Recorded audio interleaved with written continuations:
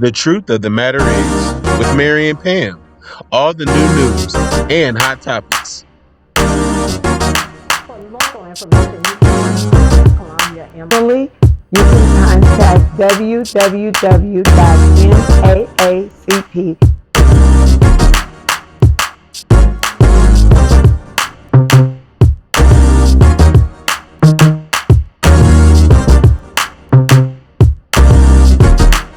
Donald Trump. Part of it. I think that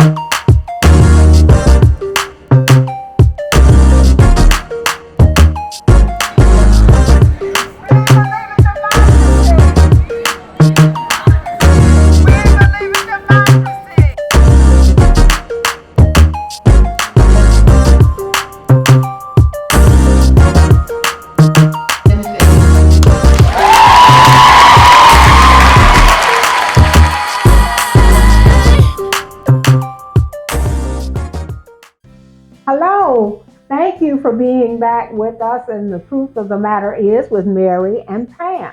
We got a lot of things to discuss today, and sometimes we feel we get so much we can't get through it all, but we got pressing things that we are going to be talking about and working with today. You know, the Congress people have gone home because Johnson didn't want them to vote on the Epstein Trump situation, because it has been noted that Trump's name is included several times in the Epstein files, and now they have found, and Mr. Trump was saying that the files were not, that there were no files, that there were no files, and so now it's being told that the Epstein Corporation actually have a copy of, they call them the birthday letters, and that they said, and there are several references in there too, and the reporter was saying this morning that they can't say, they don't know whether it's incriminating information or just that Trump's name is mentioned, but that it is mentioned several times in that. We know that they were good friends, and so we are concerned about, they're trying to get the testimonies out, but the testimonies do not include all of the information that is needed for them to move and they forward. said if they would subpoena them, that they would be willing to give that information to them. So they need to subpoena. That's exactly right. So they can get that information. And it's not the Democratic Party or the liberal base. It is the Republican Party, the MAGA people. Everybody is saying, we want to know what's in those files. Right. We want to know what is being said. And we have a right to know what absolutely is in those files. And because, frankly, I never believed that Epstein committed suicide. Right. I've never believed that, and I believe that the country does not believe that he committed suicide, and that's why they're so adamant about trying to find out exactly what did happen, who is responsible, etc. So I think that it is important for those files to be released. Right, and I'm expecting the files to be released, but now when it comes to the courts, we have found out that for some reason things are always swaying in the wrong direction. We can't we count cannot on our courts anymore. We cannot count on that, but we need to have those files released, and because it's not fair to us. I mean, we have a president that is not honest, right? That we know was involved with Epstein, because there's actual photographs. I mean, really, many different photographs of many different times when they were together, obviously at these parties, laughing and joking about what is going on in the parties, etc. And we don't know what all of that is. And we've seen the lack of respect that he has had for women in general, period. So we can only imagine what would be in that information. But it's only fair that we need to know who this man, Donald Trump, really is. We have an idea based upon his actions, but now there is actual evidence of his involvement, and we just need to see to what extent that he was involved with that, criminal or not. And with that, everybody goes with all the issues and stuff. But why is everybody so caught up in this Epstein Trump thing? Because we need to know when we're dealing with other things Right. That there's honesty involved. Right. And making decisions about things that impact all of our lives. Right. Every day. Right. We need to know when we have someone that is supposed to be the commander-in-chief, that they are going to look out for the betterment of this country and for the people in it, because we were promised in the Constitution that we would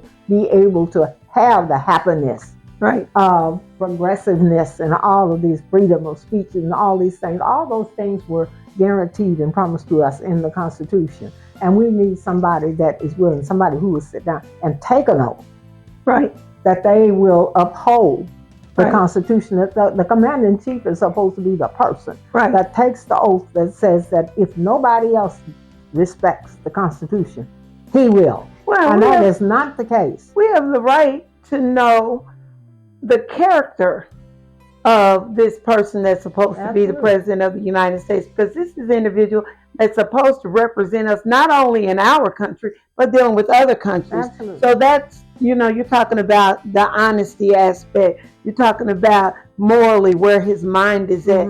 And that plays an impact on decisions that will be made. That's not only going to affect him, but him being the commander-in-chief of this country will affect us all. And so we have a right to know what the character is of this individual that is supposed to be the president of our United States. And that's why I think that it is so important, that I am so important about the face voices. And all of these people are saying that we are going to be protesting every week. We're going to be protesting. Nobody's going to be able to forget that this big beautiful bill that they passed, how it affects people all over, for health care. Or there are people that won't have food to eat. There are people, children, that won't have a roof over their head. And we already have just numerous of young people out there sleeping on the streets. Well, and this big bad bill, I don't call it beautiful by any means, has affected things to the point that the rural hospitals are already closing down. Josh Hawley, with the big lie that he told, there's lives being lost. And he's trying to cover it up because he wants to be reelected. That's in Missouri. We need to make sure that Hawley is out. We need to make sure that we move him out.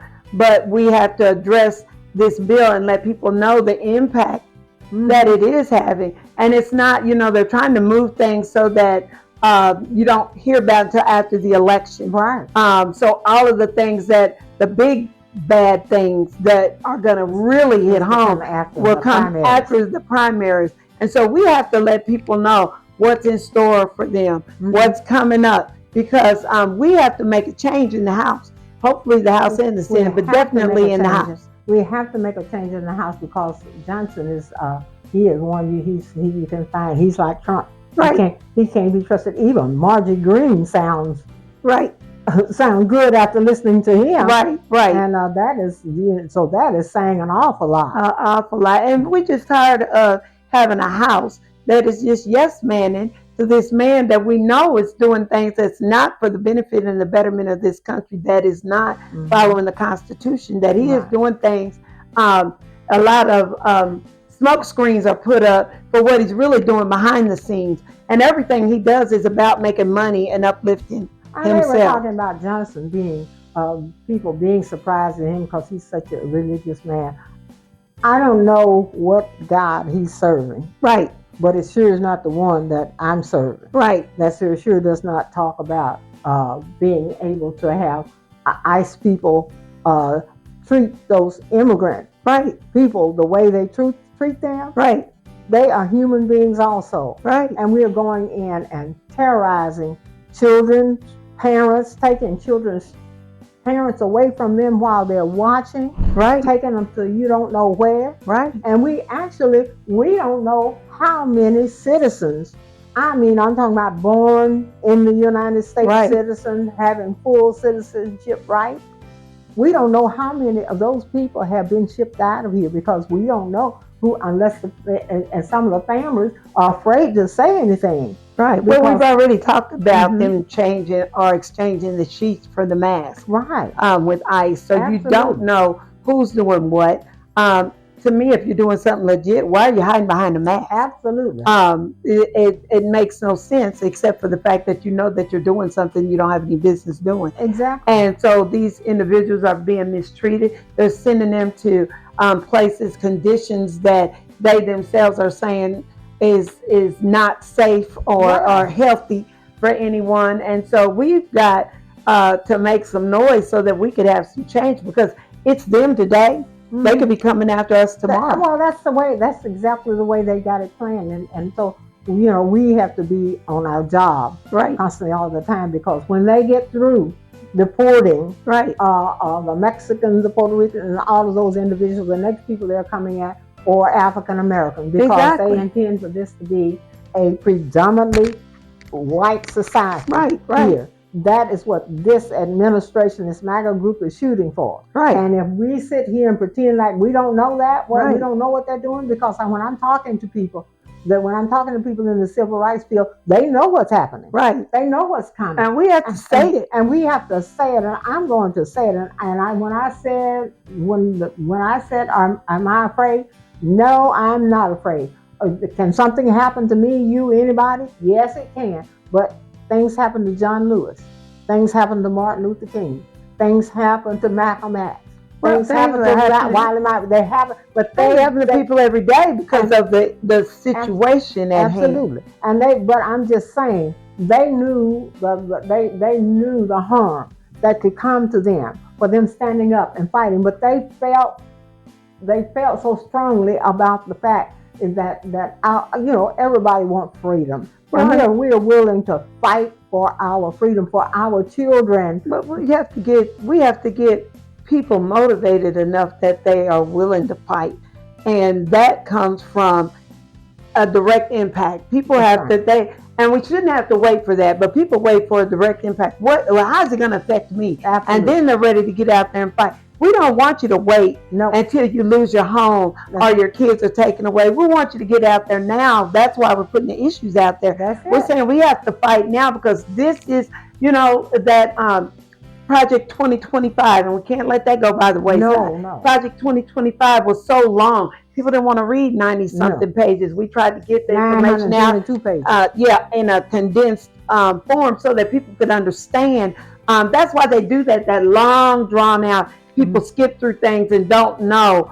It's kind of like when people come to your house with a big, long insurance form, and you read the stuff, trying to read the small print, and after a while you skip down and you sign it, and later on, I didn't know that was in there because it was this long. Well, that's what they did with Project 2025, and so we have to be aware of what's in that bill. And so that's what we're doing, is we're trying to educate and let people know. We cannot let it go. When they talk about, this is old news, it is not going to be. It's not old news. It's not old news. We're not going to let it be old news. That's why I was so proud to participate with Faith Voices last week, and I'm glad that people are saying that every week that somebody is going to be demonstrating. Right. And so in all the states. Right. Somebody's going to be demonstrating somewhere in Missouri this week. Right. We did it Monday. Right. And I'm sure that somebody else is going to be doing it this weekend. Right. It may not be here in Columbia, maybe in Jeff City, maybe St. Louis, maybe Kansas City.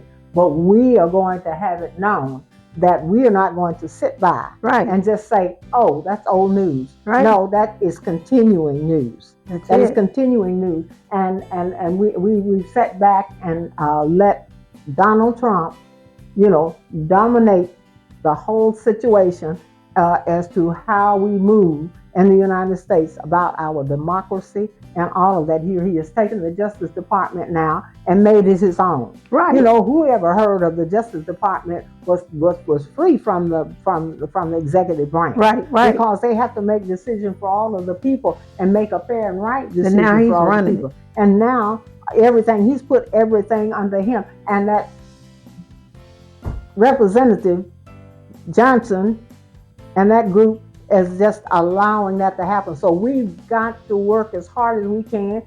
Come 26th of November, we got to make that change. Just like that, and I hope that we can make the change not only with the House, but if we can make that change with the House and the Senate, then we can make some real changes happen. Well, that big bad bill that they put out, almost half, if not more than half, of the Republican Party, the MAGA folks, did not like what was in the bill. But they voted for it anyway, just because Donald Trump put it out there. They voted for it anyway. So that's like saying, well, I don't like the doctor that I'm going to because I know this is a bad doctor. He's going to do a bad job. But Donald Trump told me I better go ahead and do this. So I'm going to go ahead and do it. Why would you knowingly know that this was not good for your constituents, but yet you would vote for it? So that's the change that we need to make.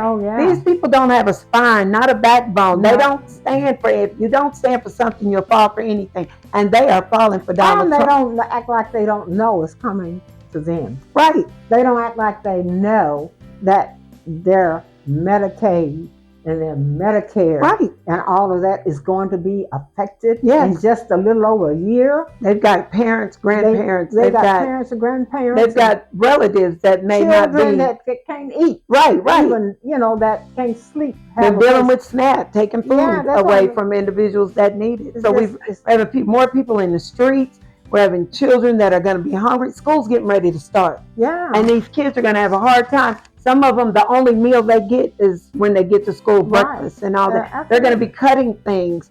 I am so proud of our district here in Columbia, Missouri, for standing up and saying that we're not going to change these things. We're going to make sure that we deal with and give this district what this district needs. And it takes a backbone for that. Not only am I proud of the school district and the stance that it's taken, I'm also proud of the city and the stance that it has taken. A lot of people don't know there was a project that was to come to Columbia. We had a $2 million grant coming. That was canceled. But you know what?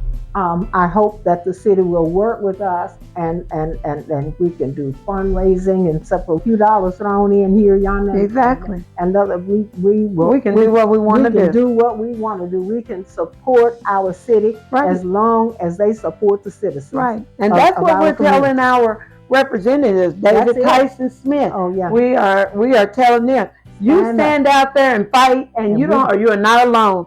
We are here to support you, and we will fight with you. And that's what we've got to do, not only in Columbia, Missouri, but we've got to do it across the country. The reason why the Columbia is a blue dot in this state is because we fight with our representatives. We stand behind our city council when they're doing the right thing. We stand behind anyone in this town that is trying to represent this progressive town in a positive way, inclusive. They want to talk about BEI. We're an inclusive city. And we're not perfect. We've got way to go, but we certainly are working striving, and we only have the leadership in place. That's willing to fight for its citizens. And so in the county and with the city and with the school district, we're very, very, very proud of what and so we're just calling on all Columbia to come together, because we can't afford divisions anymore. Cannot afford it. For people, it's not about you and you and you. It's about us. It's about us coming together as a community, and making this community, and saying to the federal government is that we have a little bit of money in our pockets, and we have to be willing. Well, we have a voice. We have a voice, and I'm saying we have a voice. But we have it takes the resources to do the things, and we'll have to go after the resources in a resourceful way. And to those that can. And so we are. We can make it happen. We can make it happen. We can make it happen. We have to make it happen, because we cannot allow all of this shenanigan that they are doing from coming out of the president's office. Well, when a hospital closes, they're not saying, well, that hospital closed and it was a black thing or it was a white thing. The hospital closed. Nobody's going in there. Black, white, the immigrant, what have you. The hospital is closed. The illness don't just attack black folks. Exactly. And what's happening now when you go to the hospital, it's hard to get good care. And the doctors and the nurses are saying, our hands are tied because they have cut funding. Or they've, dwindled down the workers. Tell them who they can admit and who they can't. They're the doctors. They know who needs to be admitted and who does not. And but they got certain criteria that you have to meet, certain criteria that they who have no medical background. Right. But they have criteria as to who you can admit. Right, right. And it's sad. So people are ending up at different hospitals. They're ending up not getting the physical therapy that they need. And the people in the rural areas have to travel. Yes. Just to get, you know, we talk about the little places like urgent cares and things. They have to travel just to go get something for a common cold or what have you, because their hospitals are closing down. As they were doing that bill, and as Josh Hawley was talking about saving the rural hospitals, the hospitals were closing down at the same time. Absolutely. And so we need to let Josh Hawley know that we're coming after you. Yes, we do. And you know, we're on this podcast. We're not on here just to be have faces on make idle threats. To make idle threats. Either one of those. We're on here to try to inform the community that we have to move. We have to move. We have to stay vigilant. Right. We have to know the issues. Right. And some of the people say, I don't listen to news. I get sick and tired of news. You better listen to news, because things are happening every day. And it's affecting you. And it is affecting you. When you go to the grocery store. Yes, affecting your life. And so you better be watching what is going on around you. And yeah, I would rather turn on the TV and hear some good sound news, some good news, but I surely want to hear when things are happening that's going to be affecting the people around. We don't want to be the bearer of bad news. It would be nice to be able to come on the podcast and laugh and talk and have fun, and we will do some of that. But we have got to inform individuals that our democracy is at stake. I have grandkids. I want my grandkids to be able to grow up in a world where they're not discriminated against, not only because they are African American, but because they're female. They're treating women like second-class citizens. Absolutely. And so we have to stand together, not only as Black people or white people, but as women, consolidated, men and women. The men have got to stick together and have a backbone, because we have had to step forward, because it seems like they're just dwindling in the background. We need them to step forward and take their place and lead. We've got all those men in Congress that don't have a backbone. No. And so we don't need that in our communities. We need people to stand up and say, you know, we're here. We're not going to take it anymore. And make a difference. We're going to support. And it doesn't matter if you're in the league. It doesn't matter. You know, I belong to groups when they call me, just fake bosses called us to be there Monday. We weren't the leaders. W.T. Edmondson was leading that group. Right. We didn't have to be the leaders. No, I have to be in the front. We were there. Right. We were there. Support. And the fact that we were there, even though Kansas City called and said, I saw you all there. So that means Kansas City is going to be saying to their NAACP, Columbia's out there. Let's get out there, you know. Right. And those other groups that have the same, you know, like Faith Voices in St. Louis, and other people say that we saw that Jefferson City group up there in Columbia. Let's get out there. And you don't have to have large numbers. You don't have to have. You just have to make noise, and you have to have a group get out there. You know, one of the things that we pride ourselves on, if it's 2 or 3 people, or if it's 10 or 20 people, get us a sign. And we're going to be there. If we say that we're going to do something, we're committed to getting it done. And we'll get out. And you talk about having a crowd.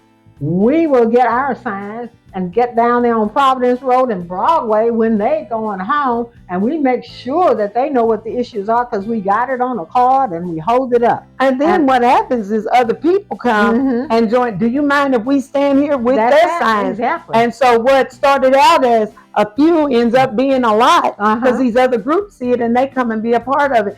So we have to make a difference. We have to do this so that we can save our democracy. Donald Trump, if anybody doesn't know it, you better pay attention, because he has no intention of leaving the presidency. He doesn't have a right to run again. They says he is trying. He's already done some signs and things for Donald Trump for the next election. Right. And he doesn't have a right to run, but he is trying to stay. Well, he's trying to stay in that position, not just because he wants the power, which he loves, but he's worried about being criminalized even more if he gets out of that position. He's worrying about what could happen to him. So he's fighting for what he feels like his life. We have to fight for ours because what he is doing, some of us are not going to live through it. That's it. You know, he's trying to bring in the military. Every situation when you're out protesting, we have a right to do peaceful protest, but he wants to bring the military in. He has already demonstrated that with what he's done out in California. Absolutely. And so he wants to be able to do that. So he went to California because it is the most profitable, right? The most people, right? The most diverse, right? And all of that. Progressive area. He went to California, so he thinks that he can take over California, that he will scare everybody else to death. Right. And he has scared some people. Right. He has. And they have really a legitimate right, some of them, to be afraid because he'll come after you. He will come after your job. You see that what Colbert on TV. Yes. He'll come after your job, and he may get your job. But there's always a but. There's still a God. That he is not God, and he is not in control. Because Colbert went right ahead and got something else that's going to be more progressive and give him more advance to speak than he would have on the TV show that he was on. So, you know, where there's a will, there is a way. If you're willing to take the heat like John Lewis was, you know, John Lewis could have gotten beaten down the way he did and say, you know, hey, they almost killed me. I can't go back out there. I got my education. I got to take care of myself. He didn't do that. He continued to fight and to lead. And we have to have that same tenacity. Well, one of the things people fussed all the time about Russia. They fussed about Russia. They fussed about how they were controlled and all of that. If we don't do something, we're going to be just like Russia. Absolutely. And so we're sitting here talking about Russia, and we're headed in that same direction. And when our forefathers came here to this country, they came here under the leadership of a king and queen and everything, where they were at, saying we want something different. That's right. We want the people to be able to make a decision. So they came and this new country and did our Constitution and got everything in place so that we, the people, could make a decision on how we wanted to live our lives. And so for all of this time, that has been in play, even though we had the Civil War, where they tried to turn this over.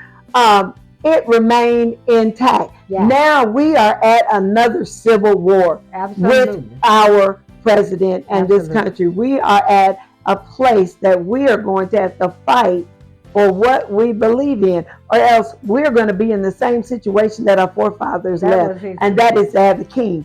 And we're going to be sitting here under that person's leadership, telling us how we can speak, how we can live. Right, exactly. You know, exactly. And so we're just not having it. And everybody has to make that decision to get out there. I know some people say, it's just not in me. I just don't do that. You better get out there, because when it comes for you, you're going to need to know how to address it and what you need to do. You better get involved. Your grandchildren or your children, their lives are going to be totally different than what we were used to. We talk about we want them to live the American. There will be no American dream. There will be no American dream. There will be a Trump dream. And we know that consists of gold tennis shoes, upside down Bible, everything that, you know, it's not, all this religious, these evangelicals, they need to forget it, because that's all out the door. What it means is that if you don't have money, that you, because he's going to get all of the immigrants out of the country,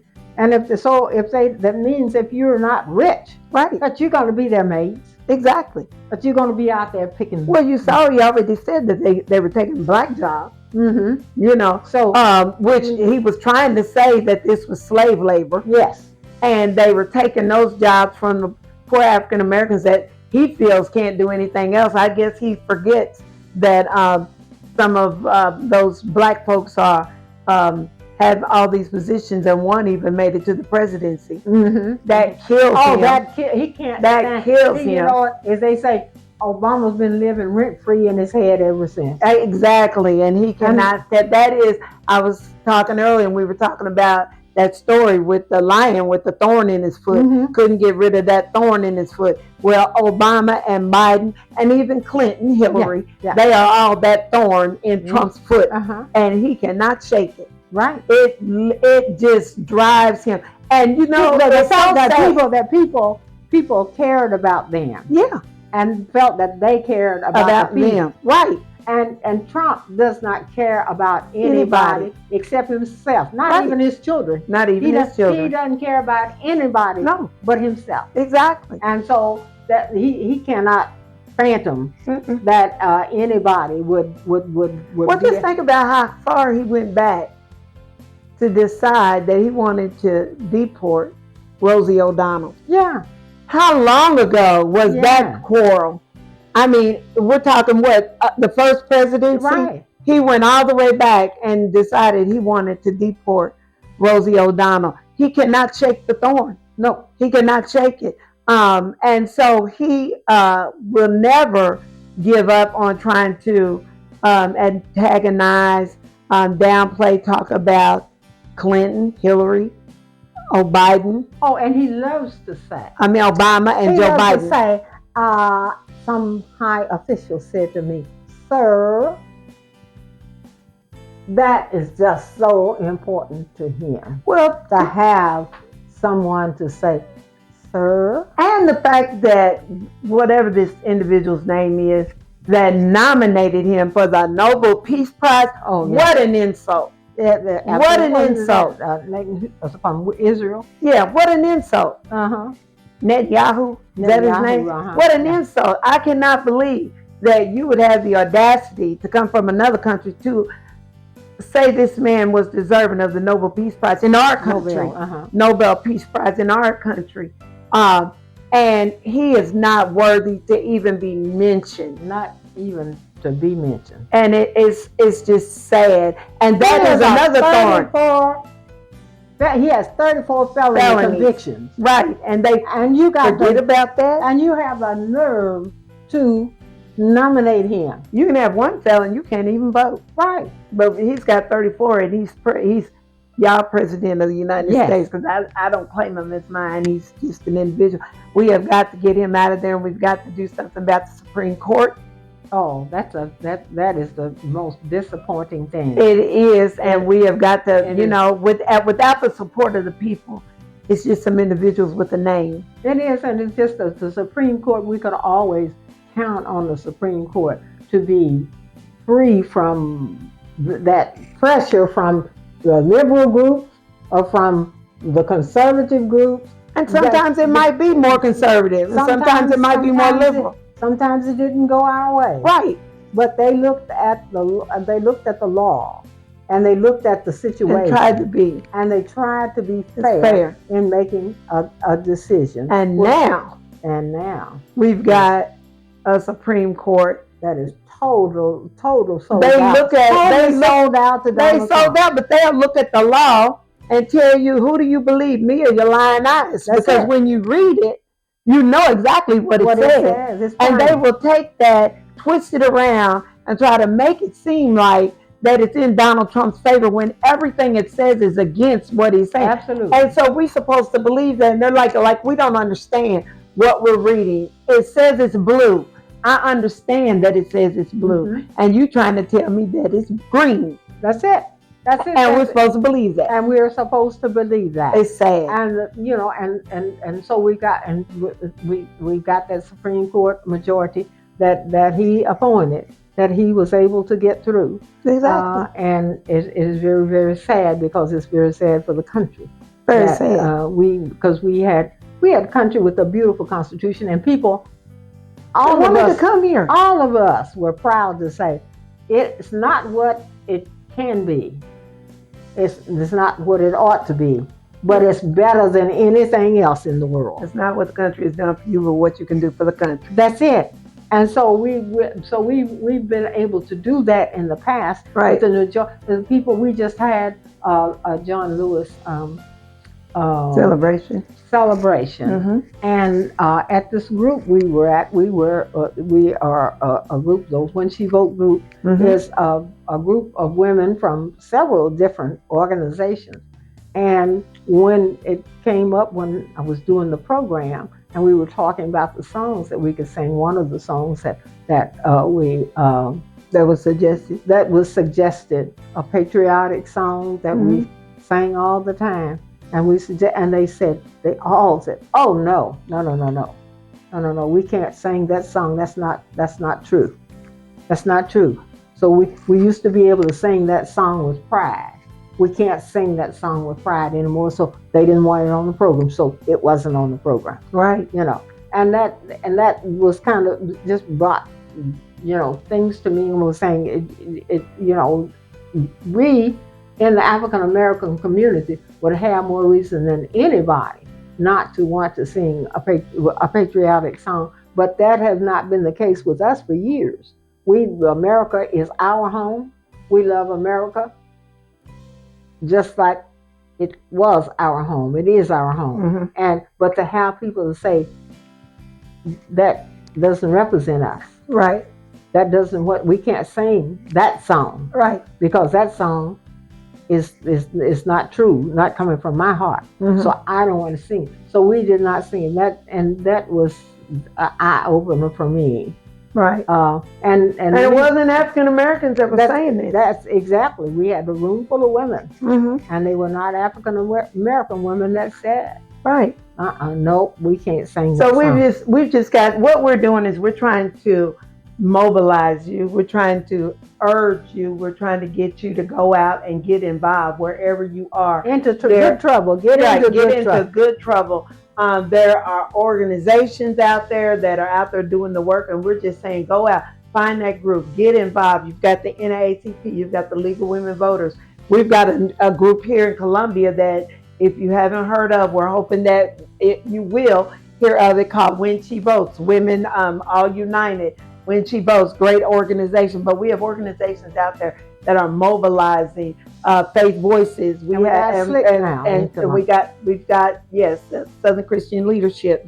We are trying to get everyone to go out, find these groups, get involved, get out there and make a difference, because they're making a difference in your life whether you want them to or not. That's it. So you can let them make a difference in your life and it be negative, or you can get out there and try to make a positive impact in your community. And so we want you to do that.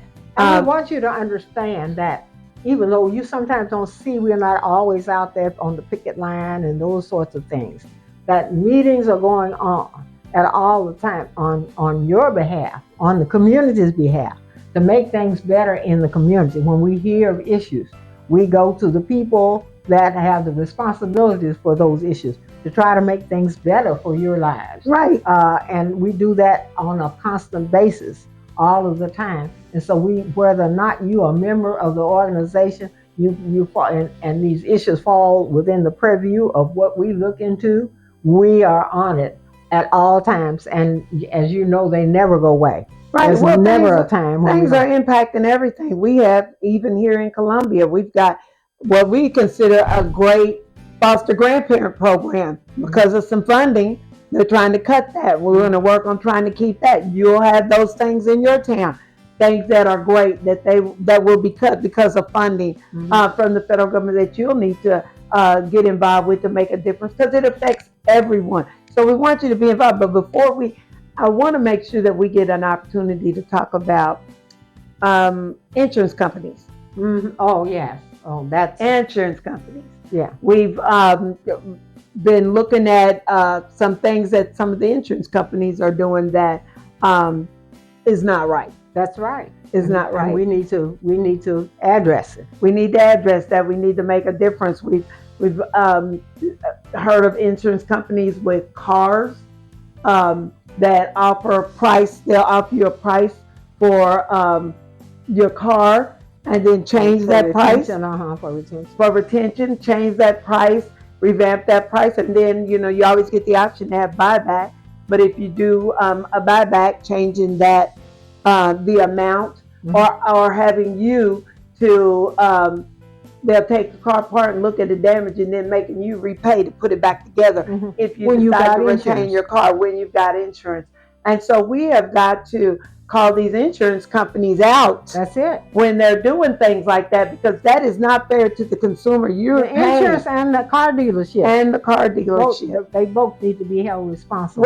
Right, because that is not fair to the individual. Absolutely. You pay your insurance all year long. Exactly. And expect to get the service when you need it. And especially somebody hits you. Mm-hmm.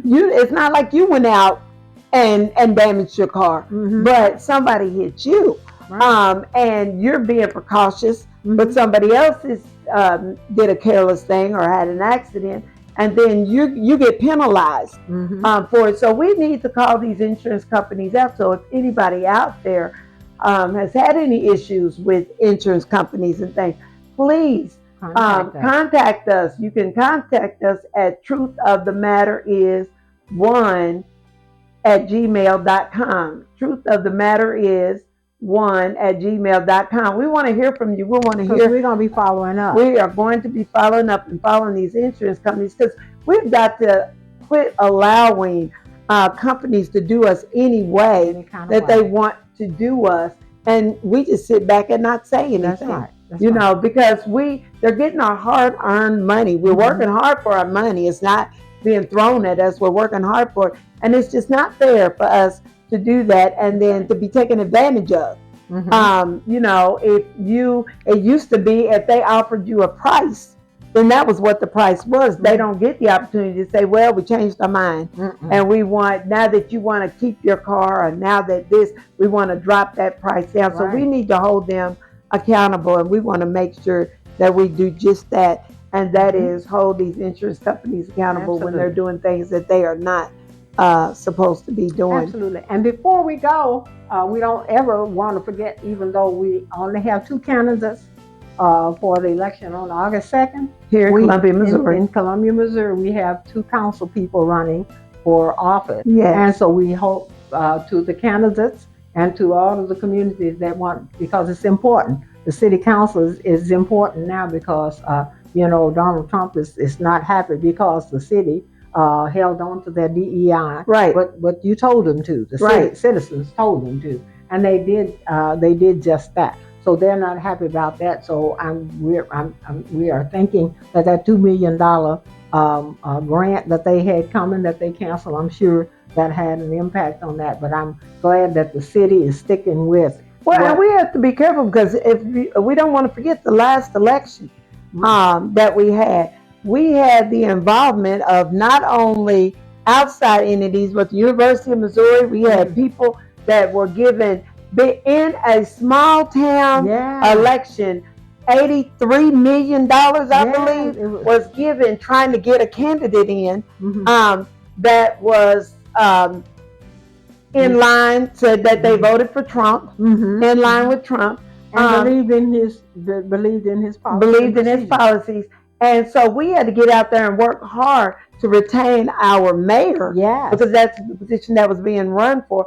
And so we have to watch people. We have to realize that people that are running on our city level, that it is very important, that directly affects us. And that we have to make sure that we get individuals that are looking out for our best interest in our small elections, because these people are striving to move on to bigger things.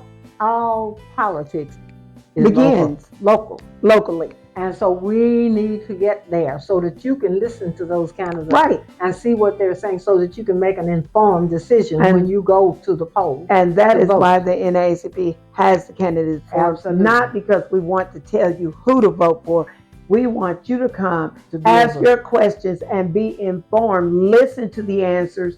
A lot of people didn't know that last individual voted for Trump. That was a question not that the NAACP asked, but that a constituent asked, and they answered the question. And so we all were informed as to what was what. And so that is what we have those candidates forums for. Absolutely. And we are prideful with the NAACP on our candidates forum. We've been told here in Columbia that we have some of the best, that we allow those questions to be asked. We keep make sure that nobody is directly attacked, because that is not what we are there for. We are there to get you informed so that you can make a sound decision on who you want to vote for and what would be in the best interest of you here in Columbia, Missouri. And we are asking anyone in the other areas outside the realm of Columbia to do the same. Get your people informed. That's it. Have those forms. We don't care if 2 people show up. Those are 2 votes. That's 2. Well, there may not be 2 votes. It may be far more than 2 votes. It might be far more. Because the people are in touch. We talk about the churches. Right. When they get informed about things that's happening, they don't tell people who to vote for. They just say, you all need to get out and vote because this is happening on Tuesday. Right. And so that, your husband may not be coming to church or your children may not be coming to church, but you can go home and say to 5, 6, 10 people, this is happening. Right. Mm-hmm. And that's what we want you to do. So we want you to get involved. We want you to stay informed. And then anyone here in Columbia that wants to get involved, we named off all the different groups, but you can always contact us at that same truthofthematter1@gmail.com and ask us, well, how do I get involved with the NAACP? How do I get involved with Southern Christian Leadership? How do I get involved with Faith Voices? And we can direct you to those areas so that you can get involved with whatever you want to get involved with. We want you to get out though and make some noise. Yes. And so that's very important. We know that the kids are getting ready to go back to school. We want to make sure that those books are in the libraries. Yes. And that they're not taking out or purging those books that would make African American children proud. That's right. We want to make sure, I know my grandchildren love to bring home books with people in the books that look like them. And so we want them to be able to continue to do that. And we can only do that if we make sure we stay on top of what's going on with our school district and we get the right people on our school boards to make sure that happens. So we are asking you to get involved, but we're informing you that if you don't, it's going to affect you one way or the other. Absolutely. One way or the other. And we did have one question that we wanted to address. We were asked, there are thousands of immigrants that are self-deporting before the ICE raids and how we felt about that. Okay, and they are encouraging, the Trump people are encouraging people to self-deport. Mm-hmm. And it's more than 1,000. It's a bunch of people that are self-deporting. There are other people that's considering self-deporting. But what happens, they self-deport and then they have to go through all of the procedures, probably never get back into the United States of America. And I think that these people that have been here for years and years and years have established relationships, have grandchildren here, family, wives, husbands, etc., and that we are saying, self-deport or you will end up in Guatemala or someplace else. I think that is, these are our neighbors. Mm-hmm. These are people, I think that, and they're afraid, they're scared to death, they don't know what to do, and so we need to speak up on their behalf. I am absolutely against unless they want to self-deport just because they want to go back to their country. And I am absolutely against that. This country was made great because it had immigrants. And Trump and them know that because he was doing all of this deporting, and when his buddies that had all of these this farmland with all of this vegetation and things that needed to be picked and taken care of, and the immigrants were doing that, or they were working in construction, and the immigrants, they were like, wait a minute, hold it. This is affecting us and our money now. And so they were saying, we've got to do something so that so then Trump said, well, maybe those good people, those are the good people, because his friends are using them to make money, that maybe they don't need to be deported, but they've got people terrorizing. Donald Trump's Gestapo goons, ICE, target migrants and citizens alike as they racially profile, as they rip apart families, as they throw people into concentration camps and mock them and say, maybe you'll get eaten by alligators. And they brag about the bounties that they put on the heads of people, and they laugh at the idea of killing people. We have it all caught on tape as well.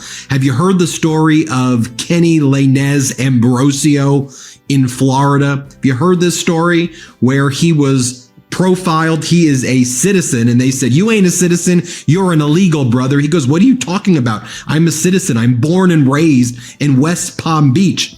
He was able to secretly record the border agents and the Florida Highway Patrol working with ICE and the border agents. And then you hear them after his unlawful arrest say, oh, we could have like killed him and we're going to get $30,000 bounty for what we've done to him. Ha ha ha. High five. Well, we got you on tape. Here, play this clip. Y'all scaring the dude, bro. That's not how you arrest people. What? I got rights to talk, bro. You got no right here. I do. Illegal, brother. Get up. I was born and raised here. What about you? I was born and raised here. I have the right to talk.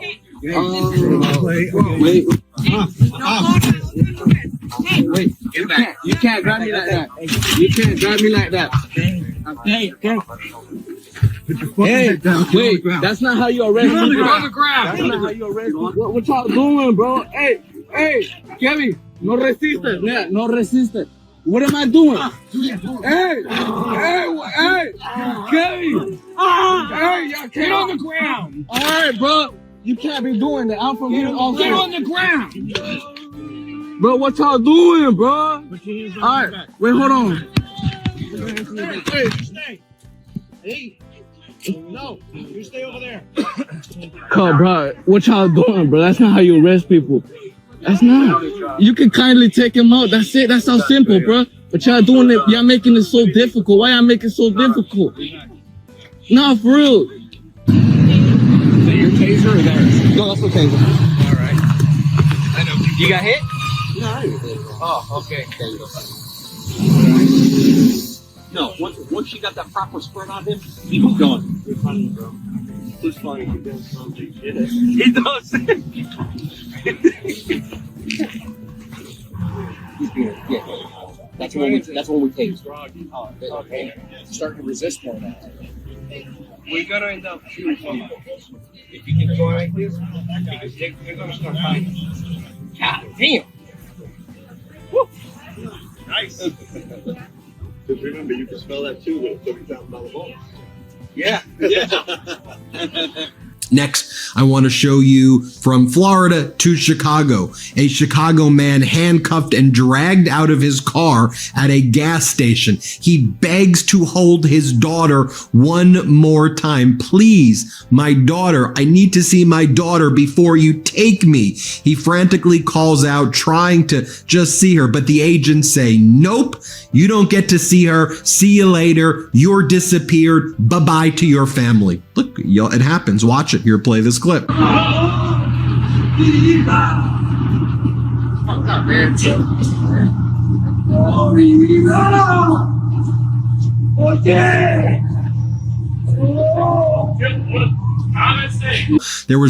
She recorded this. A horrific arrest today at immigration court. You know, she films all this stuff. A very young man who didn't speak English, only Arabic, was granted a continuance by a federal judge until 2027. He left court and then he was violently arrested by ICE agents. Just watch what happens as they take him, manhandle him, and throw him into a cell. Here, play this clip. He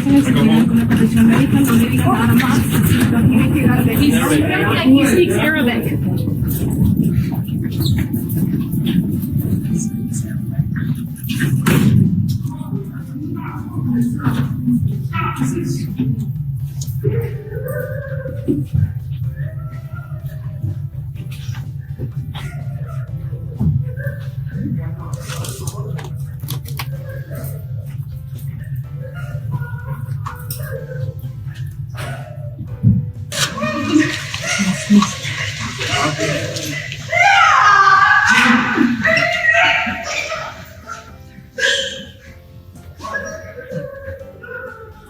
Now, as this other account says, you know, I think some of these immigration judges are delaying on purpose. Makes me wonder how much ICE is paying them. I'm not sure they're paying the immigration judges, but the ICE agents are getting a bounty.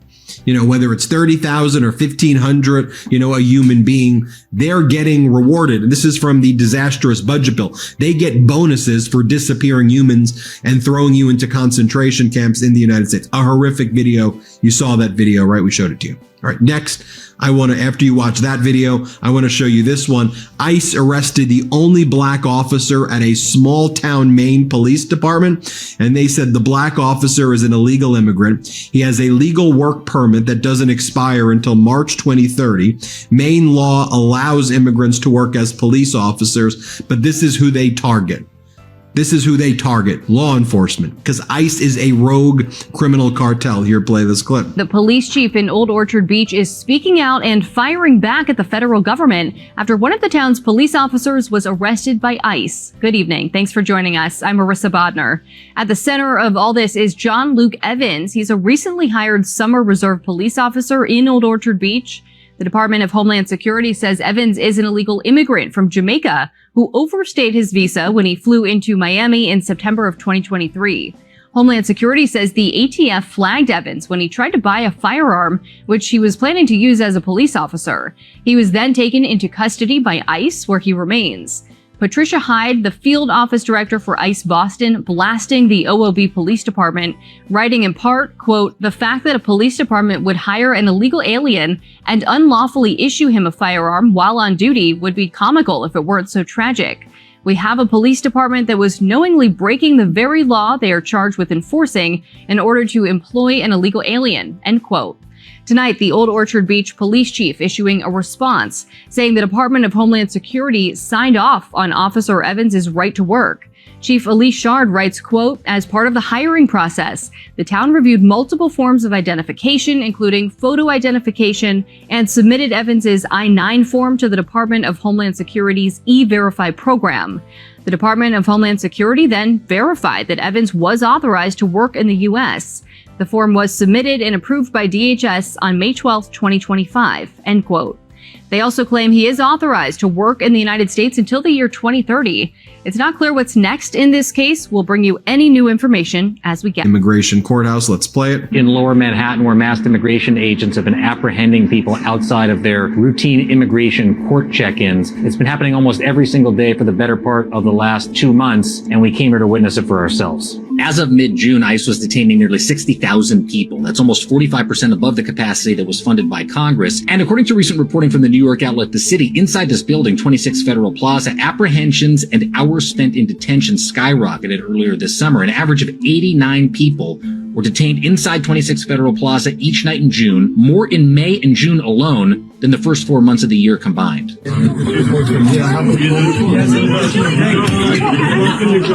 In just 5 hours inside 26 Federal Plaza, I saw armed and masked federal agents apprehending 5 different migrants who had appeared for their immigration hearings. This isn't a normal or long-standing practice. It is a new directive by the Trump administration playing out on several floors of this building. There are multiple floors inside this building, 26 Federal Plaza, where there are immigration courts, and that's where hearings are happening. And then those masked federal agents are detaining migrants who are coming out of their regularly scheduled immigration check, and some who are getting court dates to come back in the future, yet they're being detained, and then they're being held on the 10th floor of this building in a makeshift detention center where advocates and lawyers are saying people are being held longer than they're supposed to and in inhumane conditions. Access to that 10th floor isn't permitted. But in 2 videos obtained by the organization, the New York Immigration Coalition, you can apparently see one of the holding rooms on that floor where around 24 men are being held. Some are sitting on benches, some with those aluminum emergency blankets. DHS tells us that, quote, 26 Federal Plaza is not a detention center. It's a federal building with an ICE law enforcement office inside of it. And that, quote, any claim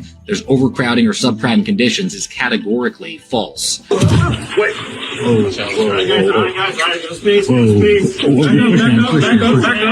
But a surge of immigration courthouse arrests and detentions across the country are why several organizations are suing the administration, alleging that these practices are violating the due process rights of the people in its custody. Lawyers and advocates say this is all part of Stephen Miller's grand plan of arresting 3,000 undocumented people a day. But like what we've all been seeing playing out on the streets of Los Angeles, these arrests affect far more than the worst of the worst criminals the administration had said they were going to go after in this mass deportation campaign. Also in May and June, almost 70% of those arrested at 26 Federal Plaza hadn't been convicted of any crime. And like LA, the collateral effect of these raids touches people not detained, including the many families that I saw roaming the hallways. Little children at their parents' hearings walking around with these agents towering over them. About inside an ICE detention facility. Let's play it. How are you doing?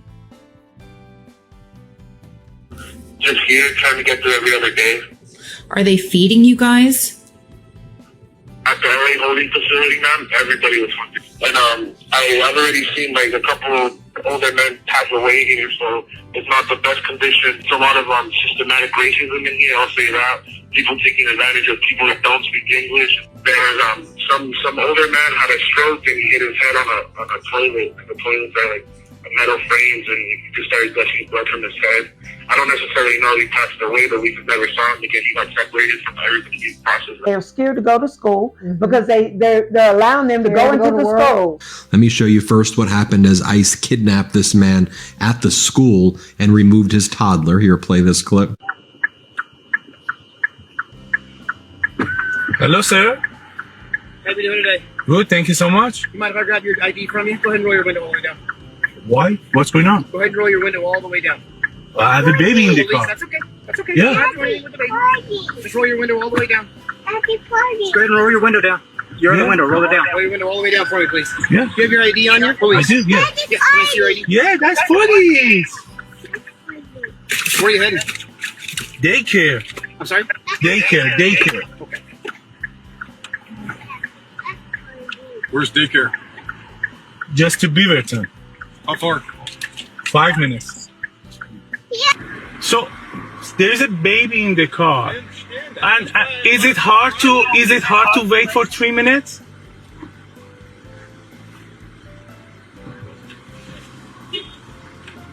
Hey, is your phone down? Yeah. She said to put the car. Yeah, put the car here. What would you? Yeah. Put the car over there. Put the car over there. Yeah. Mommy's coming now. Yeah. Okay. Now? Okay. Yeah, hold on. I'm getting out. Well, you should have done it I told right. you 3 times. I'm looking at your seatbelt. Yeah, Step out but of the you car. should understand. Step out of the car. Okay. Because I'm Iranian. Yes, I'm Iranian. I understand. That's why they are doing this. I'm a doctor. I'm an Iranian. This is not okay. And no one here will identify themselves to me. They came into you are not okay. This is not okay, and no one will identify themselves. No one here will identify. And right here is a local TV describing what went down, how they smashed this guy's window right in front of his toddler and then disappeared him. Here, play this clip. Shut his window, pulled him out. Brendan Hendricks is talking about what happened to Dr. Mahdi Khanbabazadeh in Beaverton Tuesday morning. Hendricks learned through an email from the school that U.S. Immigration and Customs Enforcement agents detained the 38-year-old chiropractor who was dropping his child off at Guidepost Montessori. Our principal came outside and asked for identification, badges, a warrant, that information, and they did not provide any identification or any of that other information, and then proceeded to put hands on our principal. Khanbabazadeh was then taken, leaving many shocked. Regardless if this was a misdemeanor or a hardened criminal or whatever in between, there's no reason a preschool needed to be used as a backdrop for the operation. That's careless. This is a surprise. I trust him with my health, and I'm shocked that he is in custody. He's a super great guy. In a statement, ICE wrote that the doctor, who is a citizen of Iran, entered the U.S. legally, but overstayed the terms of his visa. However, his wife told us that is not true, and that she is trying to get him released. A pillar of the community, so he doing everything right and helping people of all economic strata. He seemed to help everybody. Those who know Khanbabazadeh describe him as a kind, generous, and honest man. There's a time and place for things, and I don't want to pass judgment but I think it begs the question, why did they have to do it there? Because that's kind of theatrical, and the exposure to children is a bit of a head scratcher. So a statement from the school's regional manager says they are actively supporting family and staff and providing resources to help them process the event, and that they're also looking into taking steps to make sure its campus remains safe for everyone. Just hardworking people at a construction site in Alabama. Let's play it. 37 personas fueron arrestados por ICE.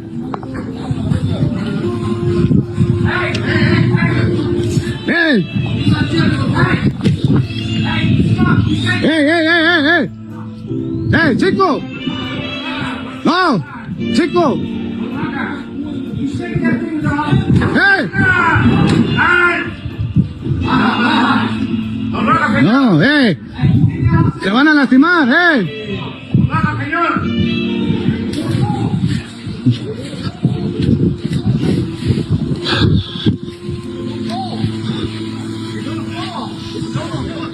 No te bajes, güey, no te bajes de ahí, ahí quédate ahí. No te bajes. No te bajes, güey, no te bajes, ahí quédate ahí. Si te electrocutan, güey, lo vamos a demandar, güey. Sí, ahorita lo vamos a demandar a la verga, porque ese pinche pedo que están haciendo no es justo a la verga.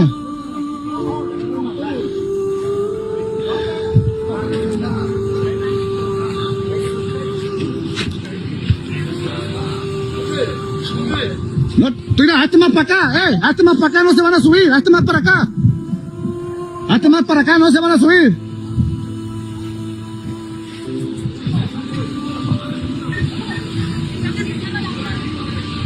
Le están apuntando con el láser.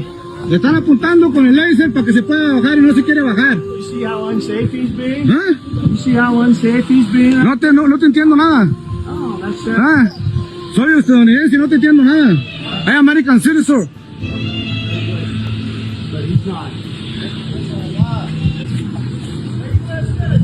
Yes, sir. Are you going to continue to interfere with this? Okay, lo que tú quieras. Okay, hey.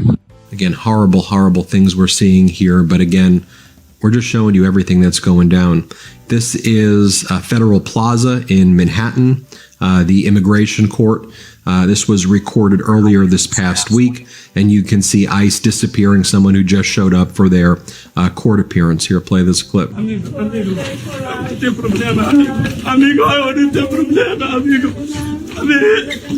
on, be man.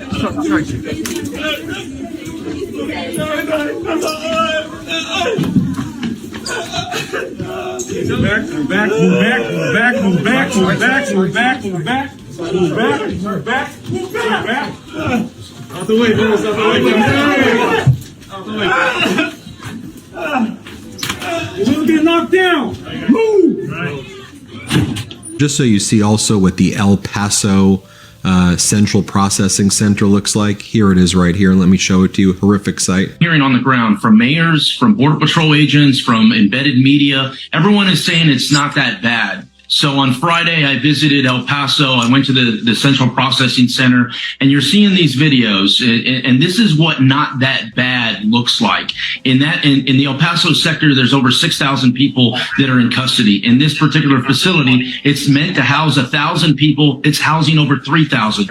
We can't allow not that bad to be the normal. And here is ICE secretly detaining migrants for weeks in a Manhattan office, treating these individuals like dogs, no showers, no clean clothes, and blocking Congress from seeing this. Very inhumane. Here, play this clip.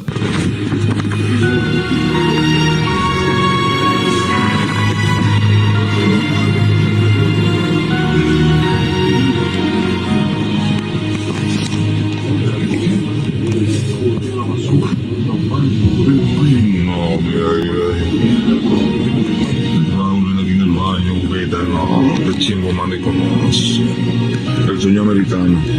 Migración 26 Federal Plaza. Look, they don't want you to see this. This is the American immigration system. People should be able to attend their immigration court cases without being separated from their families simply for showing up and following the process. Instead, we have ICE kidnapping people directly from New York's immigration courts. You saw it right there. They're scared to go to work because they're allowing them to go into jobs. They're scared to go to church because they're allowing them to go into the churches. And so, and at the deportation areas, at the places where they report, they're afraid to go there. They're afraid to go. They're doing the right thing. Doing the right thing. And that's because they not only will go up and grab them, they're people in mass. You don't know who they are. You don't know if they're legit or they're not. Taking them. They don't know where they're taking them. And then the places that they have described and shown that they're taking them is just appalling. And we shut down Alligator Alcatraz. That was shut down because they were saying that people were even drinking water out of the stools. Right. In Alcatraz because they couldn't. It was a bad facility anywhere else. It was closed. I'm talking about now. Not then. Right. Now that they were drinking water out of the toilet. And that is so disgraceful. It is. It is disgraceful. And people are talking about their neighbors. Well, first off, these individuals came here trying to have a better life. They keep trying to criminalize everybody that came here. It's like anything else. In the white community, you have good people, you have criminals. In the black community, you have good people, you have criminals. With the immigrants, you have good people, you have criminals. That is not a color situation. That's right. That is a human situation. And so you are taking these individuals and they're treating them like they treated African Americans. Absolutely. Back Same difference. during the slave days. Same difference. And they're taking them, coming in the middle of the night, coming in in places that you don't imagine, like they did with the Klan. And then they're taking them out to places like they did with the Klan. And they're putting them in places. We don't know where they put it. And a lot of them are saying they're being abused and misused. And so it is the same situation that they did to black folks back in the day. And if we're not careful, we'll be right back. We'll be right back where we started. If we don't defend those people who is happening to now, we will be right back. Exactly. And so we have got to be the ones they're coming for when they say there was nobody left to help me. Exactly. And so we've got to stand up and make a difference. In charge of the military. Exactly. So he wants to bring the military out to say, I got these military people, and that you do what I say do, or else. Exactly. And what he's trying to do, in California is just so powerful. And I hope that they will continue. Stand strong. Just stay strong.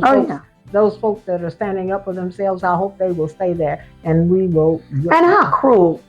He's going to hold money back from people building their houses because of fires, natural disasters, and things. Because you won't vote the way I want you to vote. That's it. How cruel is that? This is the individual that he's not supposed to have. People are voting for. He's not supposed to have charge of the money. He is not supposed. The purse is with the house. The purse is with the house. But he's making those decisions. Because they have allowed him. He got Johnson in there and having him held up in there.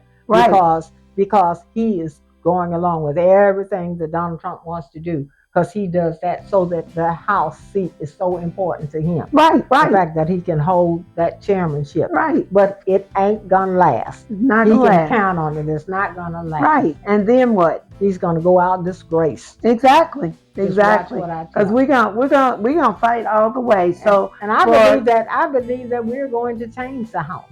And hopefully we can change the Senate. Well, the people that are MAGA, they did not realize. They didn't think far enough. And to me, Trump played them and made them look crazy because they didn't think far enough to think it was going to affect them. Right. And as soon as he got in office, everything he has done has affected the MAGA people. And now they've made excuses. But it's coming for them. It's coming. And they're not going to be able to make excuses when they're losing their homes.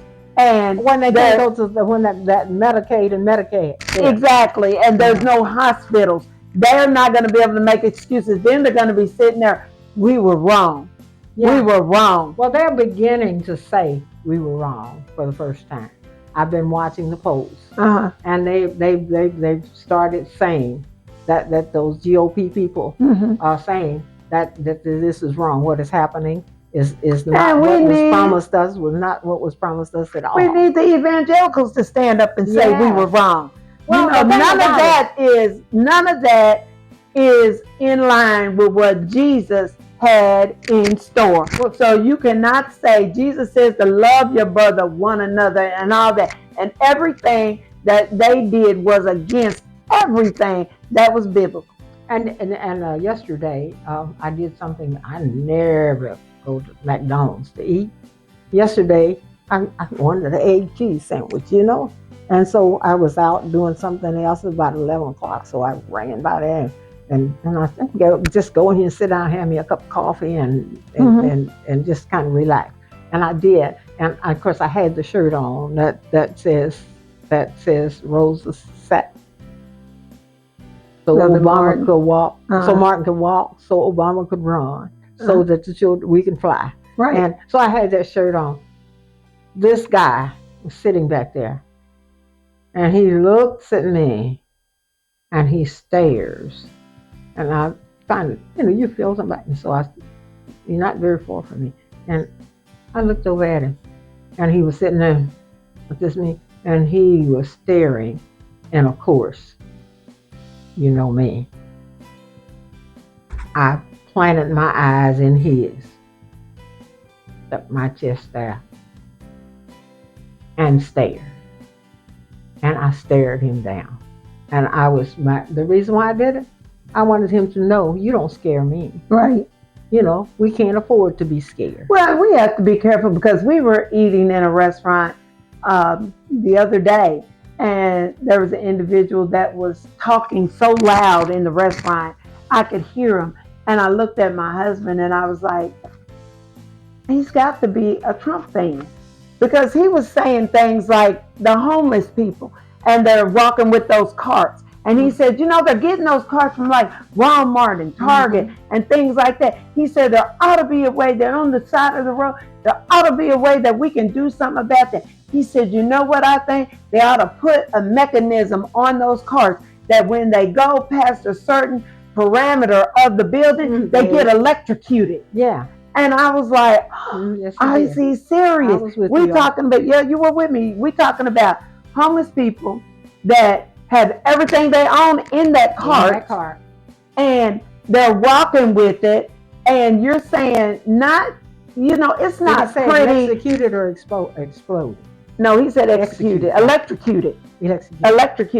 But the thing is that it's not pretty to to drive down the street and see the cart on the side of the road. We all can say that that's not pretty, but we all also know that everybody's one paycheck from being out there on the street. That's it. And that individual has everything they own in that car. So for me to say, what the situation we is. don't. So for me to say, not only to say, well, can we get the cart back or what, but we ought to electrocute that individual, cause that person some pain in their low point. Because we're bigger than that.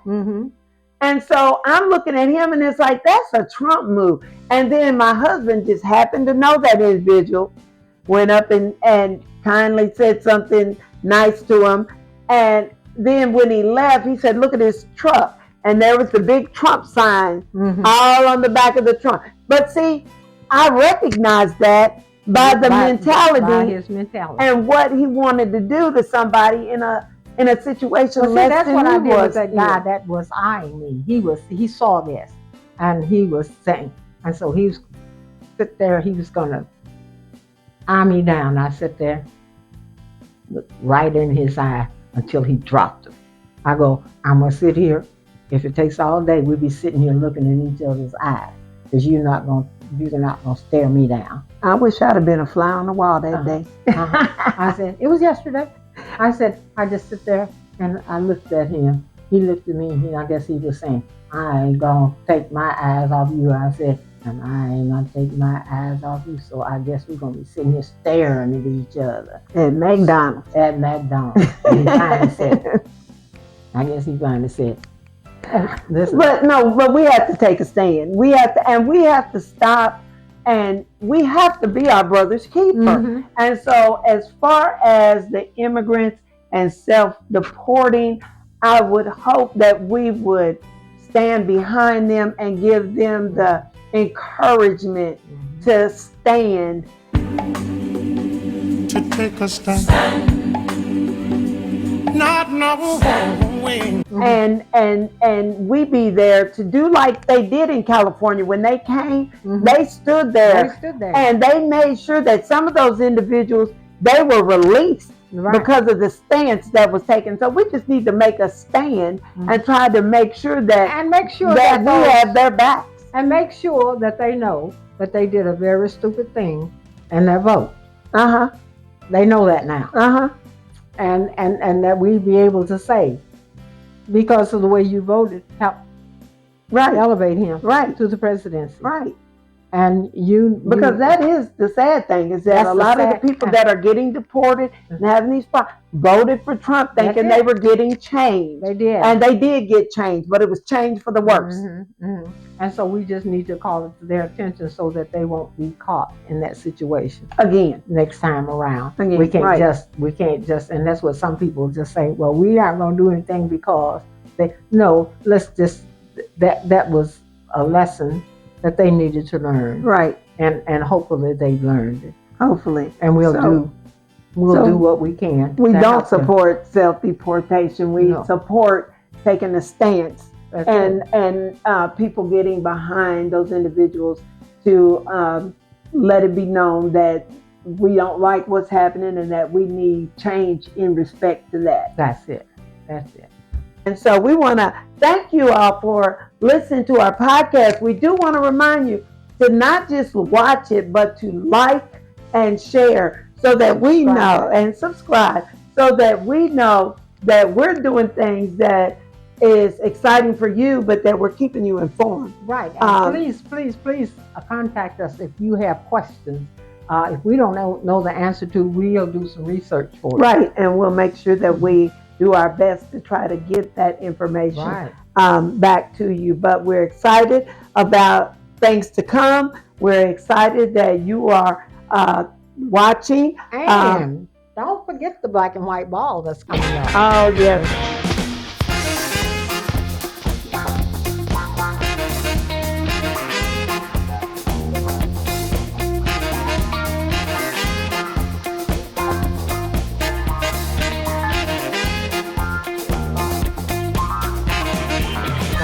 Here in Columbia, Missouri. It is annual. It happens every 3 years. Actually, a reunion for Douglas Park, but the whole city has gotten on board. There is a big black and white ball that they have, and then there's a parade. We gather at Douglas Park and just have a great time. It's a citywide reunion that we do here every 3 years. And so if you haven't been coming, come back to Columbia, Missouri, see your friends. If not, look for it, because I know that we'll be trying to get a little of it on our podcast.